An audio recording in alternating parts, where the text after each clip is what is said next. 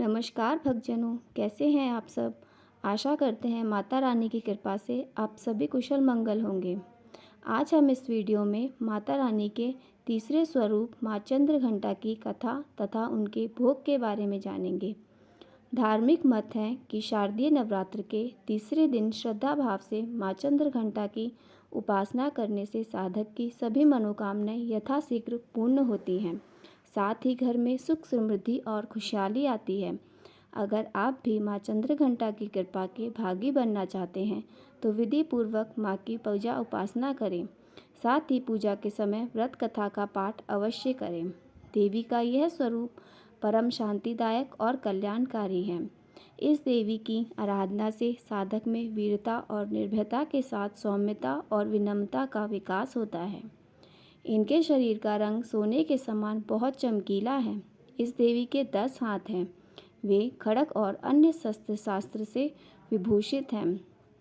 सिंह पर सवार इस देवी की मुद्रा युद्ध के लिए उद्धत रहने की है। इनकी भयानक ध्वनि से अत्याचारी दानव, दैत्य और राक्षस कांपते रहते हैं। इनके माथे पर अर्धचंद्र सुशोभित है, इसलिए इन्हें चंद्रघंटा कहा गया है।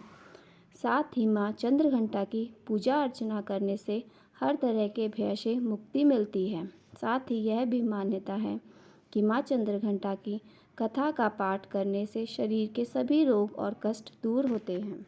माँ चंद्रघंटा की पूजा हमें ग्रे रंग के वस्त्र धारण करके करनी चाहिए तथा माता को कमल का पुष्प अर्पित करना चाहिए। आइए विस्तार से जानते हैं माँ चंद्रघंटा की कथा और उनके मनपसंद भोग के बारे में।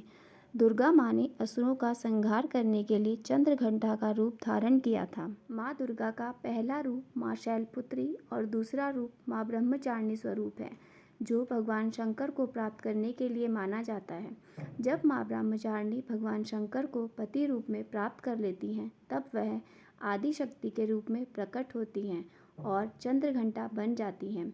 माँ दुर्गा ने माँ चंद्रघंटा का अवतार तब लिया था जब संसार में दैत्यों का आतंक बढ़ने लगा था।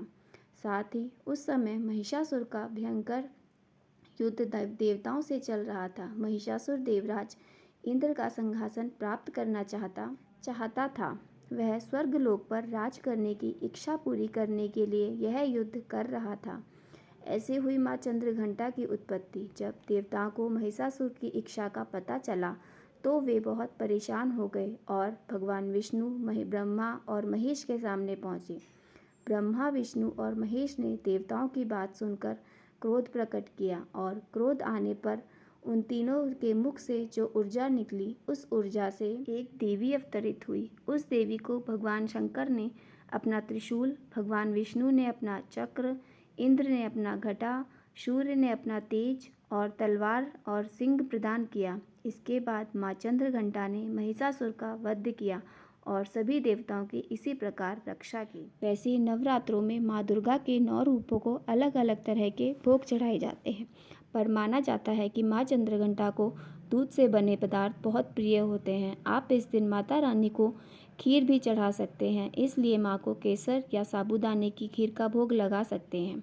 पंचामृत का मिश्रण इन सभी 5 गुणों का प्रतीक है। पंचामृत दूध, दही, घी, शहद और गंगा जल का मिश्रण होता है। यह माँ चंद्रघंटा को अत्यंत प्रिय है। यह मिश्रण 5 पवित्र पदार्थों से बना होता है, जिसमें से प्रत्येक का अपना महत्व होता है।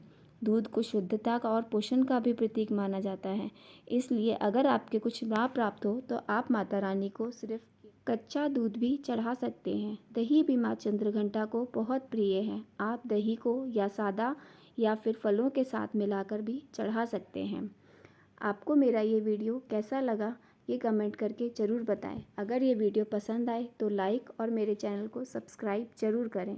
माता रानी की कृपा सदा सर्वदा आप पर और आपके परिवार पर इसी तरह बनी रहे।